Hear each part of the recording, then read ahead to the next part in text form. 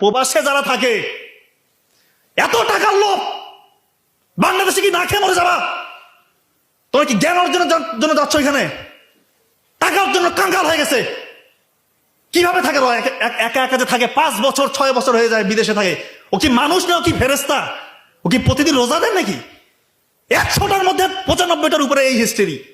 প্রবাসী ভাইরা ফোন দিয়ে বলতেছে, স্যার 3 মাস ছিলাম, 3 বছর 4 বছর প্রবাসে থাকার পর 3 মাস মানে 6 মাস থাকতে আসছি দেশে। 3 মাস থাকছি, আমার স্ত্রীকে আমি 3 মিনিট সময় দিতে পারি নাই। 3 মিনিট আমি লজ্জায় চলে আসছি। স্যার আপনি আমার চিকিৎসা করান। সারাদিন পরিশ্রম, এত কাজ করে, রাতের বেলা এসে তার শরীরটাকে রিসার্চ করবে, সে ঘুমাবে, সেটা না, সে পর্ন ভিডিও দেখতেছে, মাস্টারবেশন করতেছে, তার শরীর শেষ। আবার পরের দিন ওখানে তো মানে পশুর মতো খাটায়। মালয়েশিয়া যারা থাকে ওই পেশেন্ট আমাকে বলে, স্যার চায়না আমাদের যে মালিক চাইনিজ ভাষা কিছু বুঝেও না স্যার, শুধু কয় কাজ, মানে কাজ স্যার কিছুই বুঝে না, শুধু কাজ করায়, সারাদিন কাজ করে, রাতের বেলা এই অবস্থা।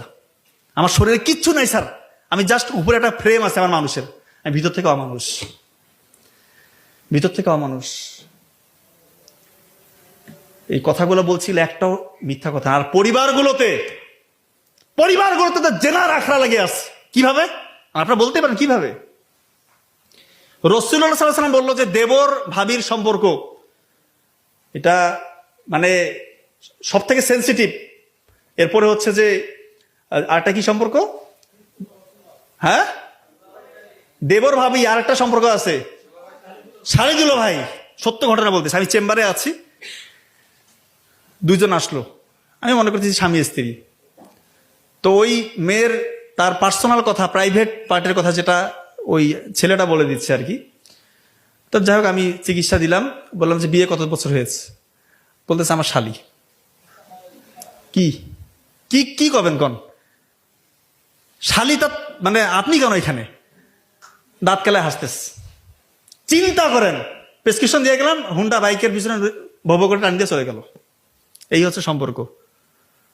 বাবা মারা কি মানে মাথার মধ্যে কিছু আসে না নাই আল্লাহ জানে।